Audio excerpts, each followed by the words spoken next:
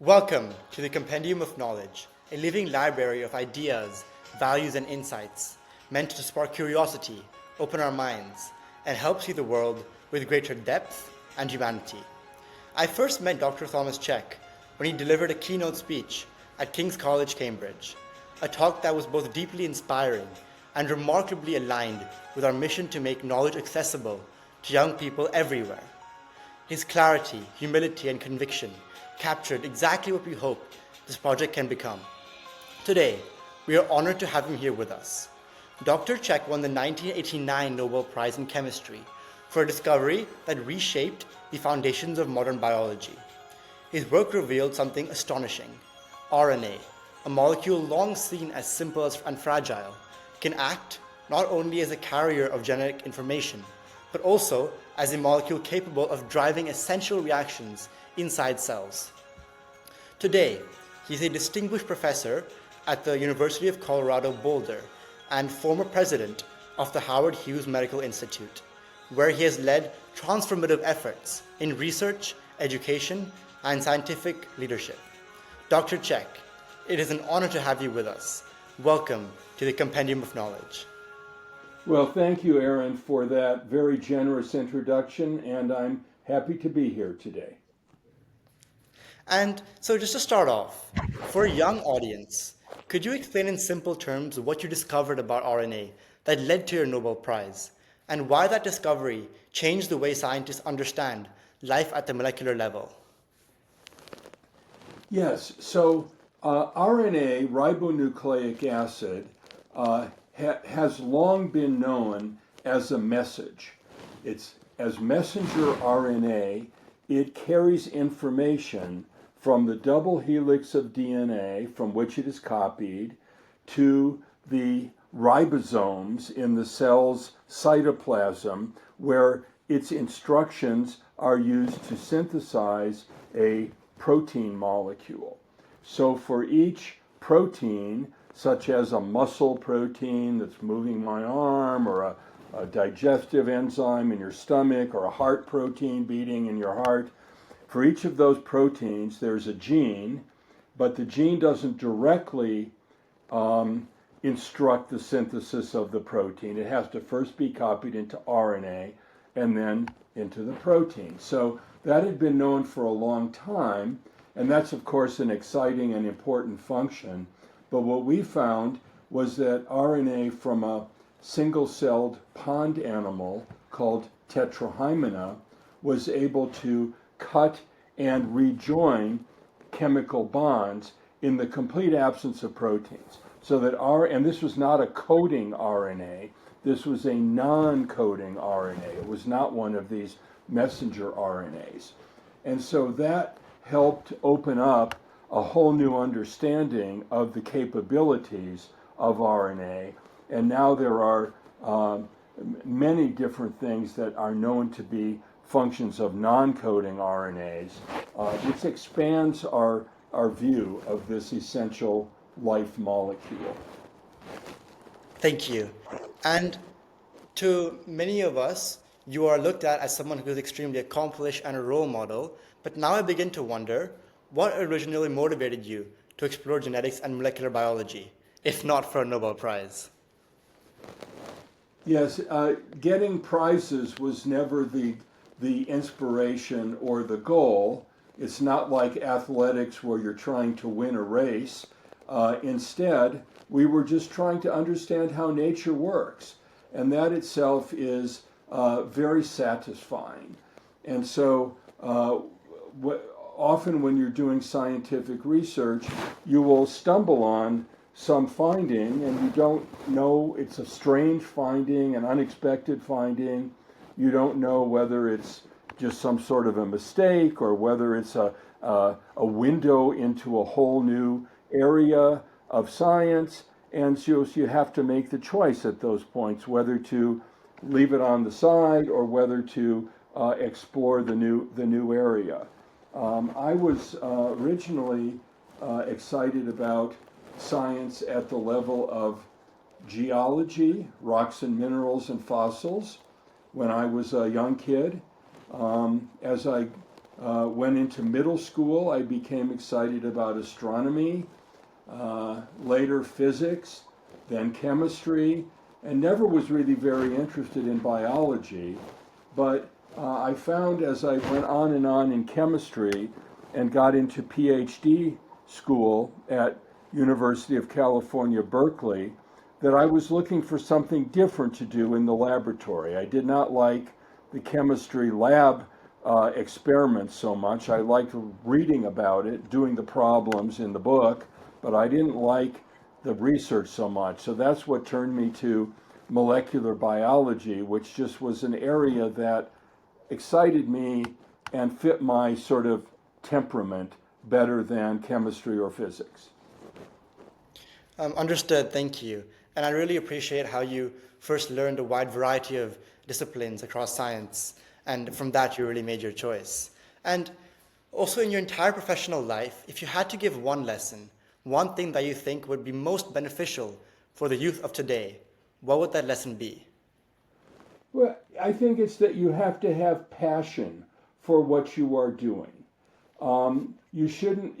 Life is you are young, and so maybe life doesn't seem short to you. But it is a century at most, and so it's not good to be doing something that you don't really care about.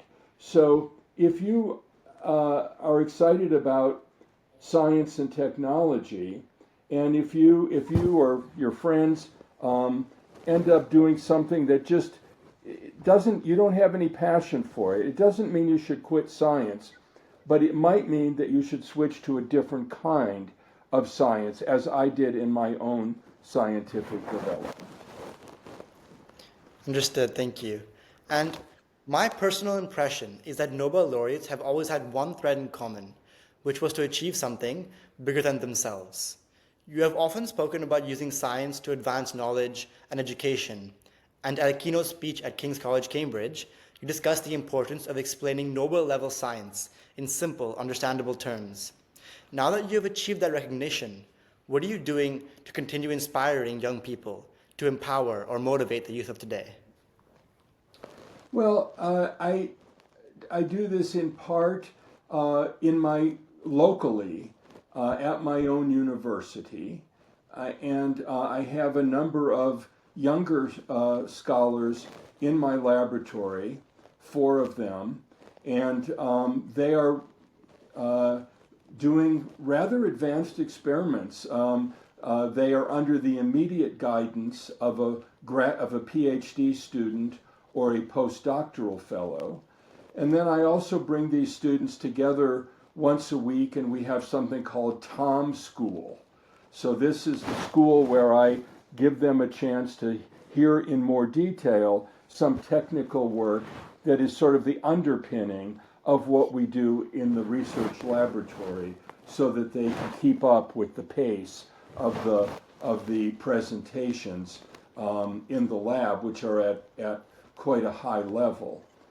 The other thing, so I enjoy doing that. I also I also wrote my book, of course. So here it is, the Catalyst. This is the version that's been translated into Chinese. I also have one that's in Korean, Spanish, and the next one coming out is going to be Greek. And so this was also an attempt to enlighten interested people. They don't have to be scientists, in the wonders of RNA research. And I wrote this as much as possible in a non-technical manner. And I also give talks around the world. And I was in New York City at NYU just a week ago, talking to 150 high school students from the New York area. And again, as you said, Aaron, these are very bright, very dedicated students. Many of them are going to go very far in their own profession, as I'm sure you will. But, it's important at the high school level not to overwhelm them with jargon, but to instead talk at a level that is understandable. Understood. Thank you. And just going back to your book, The Catalyst. So, firstly, what inspired you to write this book? Well, it was during the pandemic. It became very clear to me that the hesitancy, and in some cases you might even say distrust, about the mRNA vaccines was a sign that we as scientists had done a pretty poor job of embracing the general public in what we were doing. We really talk to other scientists about our research, and we don't reach out enough and engage with non-scientists. And so I thought that perhaps instead of telling non-scientists that they had to get vaccinated, that they were bad people if they didn't protect themselves and their neighbors, that wasn't working very well, at least in my country. And so instead of that, I thought maybe if we just open up the doors and shed some light on the wonders of these molecules, maybe this will be influential. And frankly, I don't know if it's, probably had about this much influence, but you do what you can, right? Yeah, thank you. And I completely agree about spreading knowledge across the world, not just to just scientists, because I guess that's where we all get inspired, and it's where we all really understand what is really happening behind the scenes about RNA instead of just knowing that it'll help you. And Dr. Cech, your story is inspiring, and we would now love to delve deeper into your discovery. As part of your learning module, could you help us understand what we might call the dual nature of RNA, how this single molecule can hold information and perform reactions, redefining our view of molecular biology? Thank you, Aaron. It's my pleasure to talk today to the students about It's a World of RNA in your Compendium of Knowledge series. This is our research building in Boulder, Colorado, where we bring together physicists, computer scientists, and engineers with biologists because we think that this interdisciplinary approach is particularly powerful in answering today's complex questions about biology and biomedicine. Now, when I talk about nucleic acids, I start out with DNA, and everyone is familiar with the double helix. They're quite comfortable with DNA because they know that it's responsible for their inherited traits. You can trace your family history with your DNA sequences. They are responsible for inherited diseases, and DNA evidence can be used to solve crimes. But when we move from DNA to its closely related daughter molecule, RNA, people often tell me, oh, that's much too complicated. But then I tell them, really, the information carried in the RNA is exactly the same as on one of the strands of the double helix of DNA. And even chemically, the two molecules are quite similar, as you can tell by their names, deoxyribonucleic acid and ribonucleic acid. The main difference is that RNA is a single strand instead of a double helix.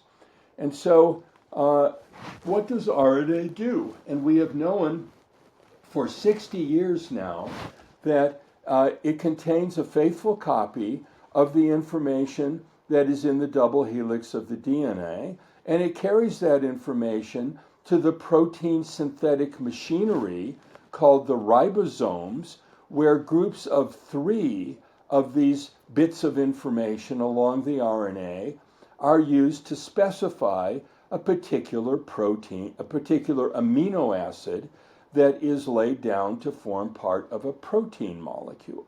So DNA makes RNA, makes protein. And for a long time, that was thought to be the main function of RNA. And certainly, that's a famous function now because messenger RNA delivered in a little grease ball called a lipid nanoparticle and shot into your arm instructs the human immune system to be on the lookout for a protein that is on the surface of the SARS-CoV-2 virus. And this was the basis then of the mRNA vaccines that saved so many millions of lives during the COVID-19 pandemic. Now, I would say that that's a fabulous achievement for messenger RNA, but some people were worried about it. And I think it was because many magazines and social media talked about mRNA as a medicine, mRNA as a drug. They talked about mRNA as something very new, and this made people apprehensive. And I think we instead should have started that conversation by saying that mRNA is natural.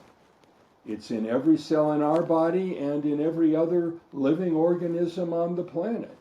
It's in all the food that you eat, whether you are a vegetarian or a meat lover. There's mRNA everywhere. So it is not primarily a drug or a medicine. It's primarily an essential part of life. So if that's all that RNA could do to act as a message and then to be used as a vaccine, I would say that that's maybe enough to call the 21st century the age of RNA. But RNA can really do much more than that. And there's a whole nother world of non-coding RNAs.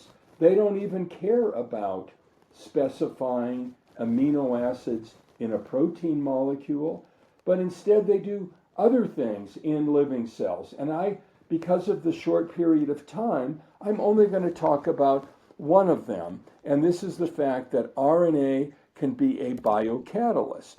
And after we discovered these, we named them ribozymes. Ribo for ribonucleic acid, and zyme for something that has enzyme-like activity. So how did we find this? Well, when I was first set up my own research laboratory in Boulder, Colorado, after moving here from MIT in Cambridge, I started working on pond scum. Now, why would one do research on pond scum? Well, it wasn't just any organism from this pond scum. It was this Tetrahymena thermophila, because within every single cell of this organism, it's a single-celled ciliated protozoan, there were 10,000 copies of a particular gene. It's the one that makes the ribosomal RNAs that are involved in the process of protein synthesis, which is why it needs so many copies of the gene, because it needs to make a lot of these protein synthetic factories. And if you are a biochemist, you like to have lots of material to work with. Now, in most of our diploid cells, we have 2 copies of most genes in humans, one inherited from mom and one from dad. So 10,000 is a big deal, and I thought that would make it easier for us to study the process of the copying of the DNA into RNA, which, as many of you know, is called transcription. But as we started looking at this gene in more detail, we found that its functional sequences were interrupted by a stretch of non-coding DNA called an intron. And this is sort of like having a commercial message interrupting your favorite film. You would really like to fast forward through this intron, but the cell doesn't know how to do that. It doesn't have a remote that allows it to fast forward. So instead, it copies that intron into RNA along with the flanking functional sequences. And this now necessitates a new step in the expression of the gene, which is the cutting out of the intron and the pasting together of the flanking functional sequences so that they are now in a single piece. And this process is called RNA splicing.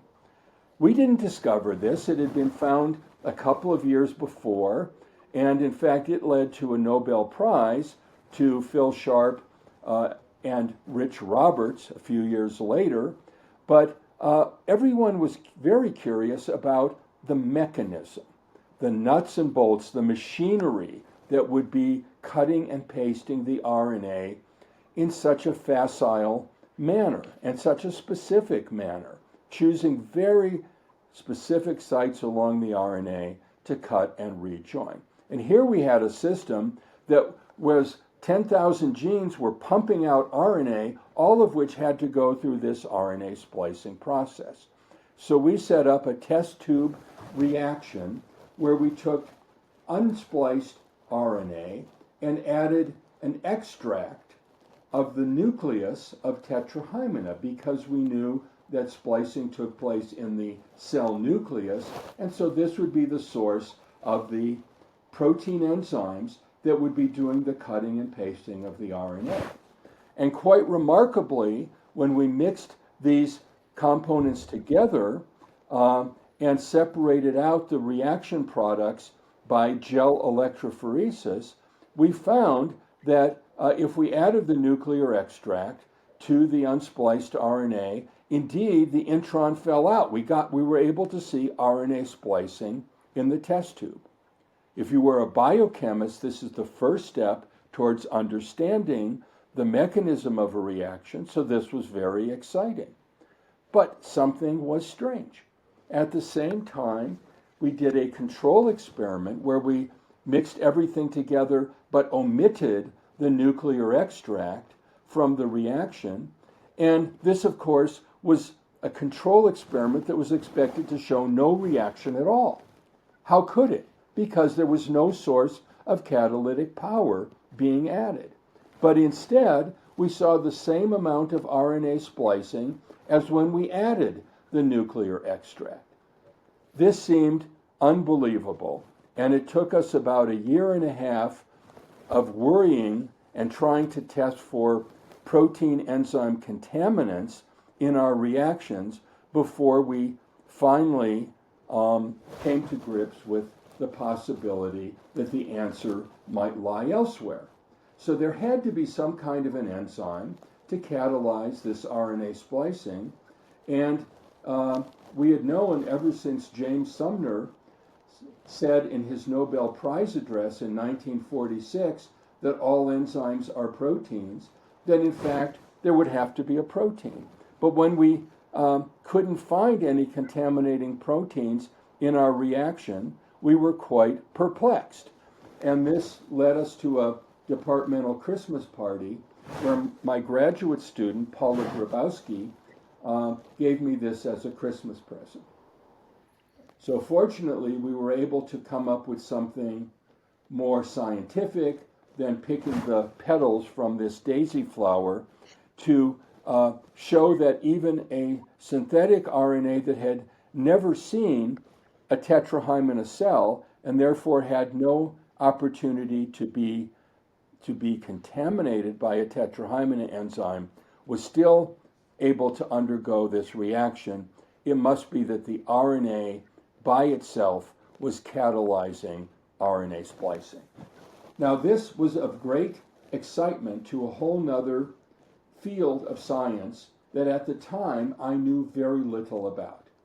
These were not the people who were studying Campbell's primordial soup, but instead the events on the ancient Earth some almost 4 billion years ago when the first self-reproducing organic system arose on our planet.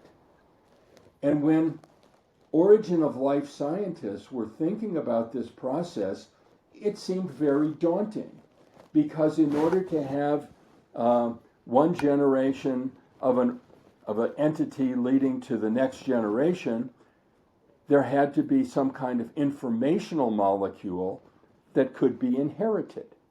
But at the same time, if an informational molecule like DNA just sat there very stably, it didn't do anything, how could it be copied into daughter molecules to be inherited? That is the function in modern cells of protein enzymes. So which came first, the chicken or the egg?